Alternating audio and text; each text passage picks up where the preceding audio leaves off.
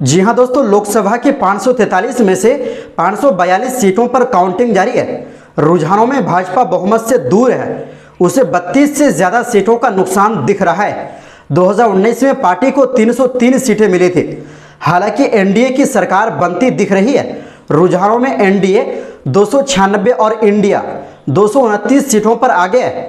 रुझानों में उत्तर प्रदेश, बिहार और पश्चिम बंगाल में एनडीए को नुकसान दिख रहा है। लखनऊ के रामबाई इलाके के काउंटिंग सेंटर पर भाजपा और सपा कार्यकर्ता आपस में भिड़ गए। इलेक्शन कमीशन की वेबसाइट के अनुसार दोपहर 1 बजे तक भाजपा को 241, कांग्रेस को 94, सपा को 36, टीएमसी को 31, डीएमके को 21, टीडीपी को 16, जेडीयू को 15, शिवसेना यूटीबी को 9, एनसीपी शरद पवार को 7, राजद को 4 और लोक जनशक्ति पार्टी रामनिवास को 5 है। शिवसेना शिंदे को 7 सीटें मिलती दिख रही है।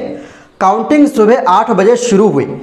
पहले पोस्टल बैलेट और उसके बाद ईवीएम के नतीजे आ रहे हैं। अगले 2 से 3 घंटे में नई सरकार की तस्वीर साफ हो सकती है।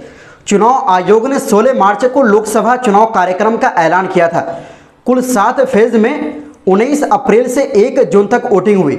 1952 के बाद 44 दिन का ये चुनाव सबसे लंबा रहा।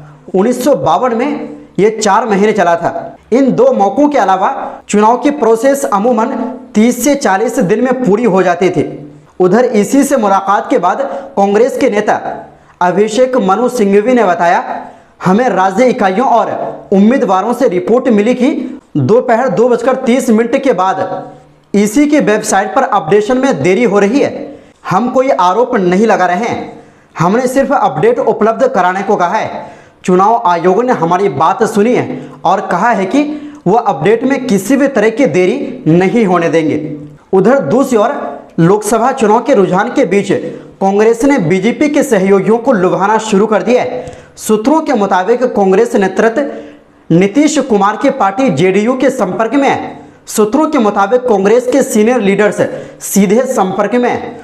सूत्रों ने यहां तक दावा किया कि मंगलवार शाम तक कोई बड़ा राजनीतिक बदलाव देखने को मिल सकता है। बता दें कि लोकसभा चुनाव से पहले नीतीश कुमार ने खुद को इंडिया गठबंधन से अलग करने का फैसला कर लिया था।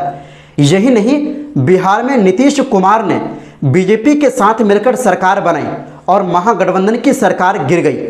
उधर आरजेडी के मनोज झा ने दावा करते हुए कहा, बिहार में मतगणना बहुत धीमी चल रही है।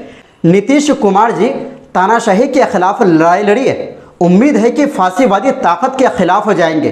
नीतीश जी हम लोगों के साथ रहे हैं। चंद्रबाबू नायडू भी सोचेंगे, संभवतः नीतीश जी चाहेंगे 4 जून के बाद कुछ होगा। बीजेपी बहुमत से अभी भी दूर है। 400 पार का गुब्बार फट गया है। इस बीच भारत में 2024 के लोकसभा चुनाव की गिनती जारी है। बीजेपी की अगुवाई वाले एनडीए गठबंधन को उम्मीद के मुताबिक की सीटें मिलती नहीं दिख रही।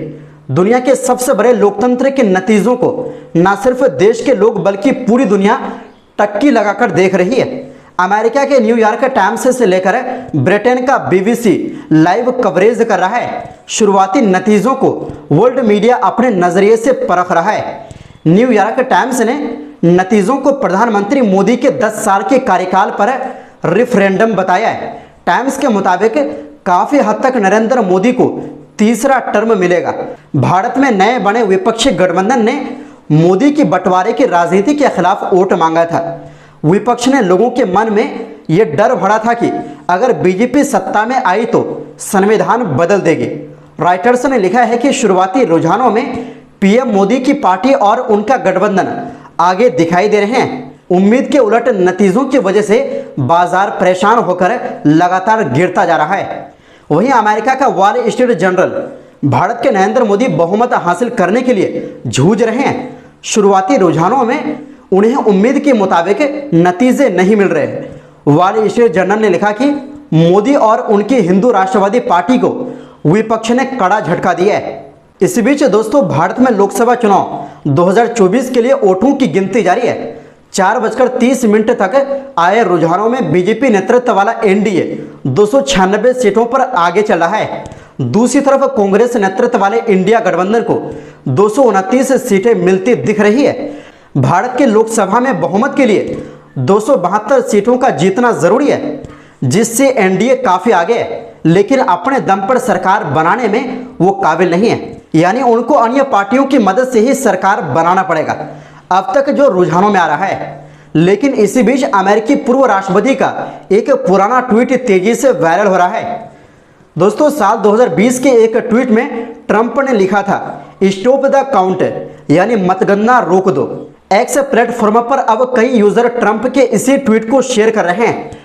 ट्वीट शेयर करने वालों में एनडीए और इंडिया दोनों अलायंस से जुड़े लोग हैं। माना जा रहा है कि एग्जिट के मुताबिक लोकसभा चुनाव का परिणाम नहीं आ रहा है, जिसकी वजह से यह ट्वीट सुर्खियों में आ गया। बीजेपी ने एनडीए के लिए 400 सीटों का लक्ष्य रखा था। ज्यादातर एग्जिट पोल में बीजेपी गठबंधन की बड़ी जीत दिखाई जा रही थी, लेकिन रुझानों में कई बार एनडीए और इंडिया कांटे की टक्कर पर आ रहे हैं। इसके अलावा एनडीए भले ही बहुमत के आंकड़े को पार करती नजर आ रही है, लेकिन 300 सीटों से अभी पीछे है। 400 तक पहुंचना तो नामुमकिन लग रहा है। वायरल हो रहा ट्रंप का ट्वीट साल 2020 में अमेरिकी चुनाव के दौरान का है। दशकों बाद अमेरिका में काफी तनावपूर्ण चुनाव हुआ था। इस बार ट्रंप ने चुनाव परिणामों में धोखाधड़ी का आरोप लगाते हुए वोटों की गिनती रोकने की मांग की थी। इस दौरान ट्रंप ने कहा कि यदि आप लीगल वोटों की गिनती करेंगे तो मैं आसानी से चुनाव जीत जाऊंगा। हालांकि इसके लिए उन्होंने कोई सबूत नहीं दिया था। वैसे इस बार आप किसकी सरकार बनते देखना चाहते हैं, यानी प्रधानमंत्री की गद्दी पर किसे देखना चाहते हैं? आप अपनी राय कमेंट बॉक्स में जरूर दें। तो दोस्तों, इस वीडियो में बस इतना ही।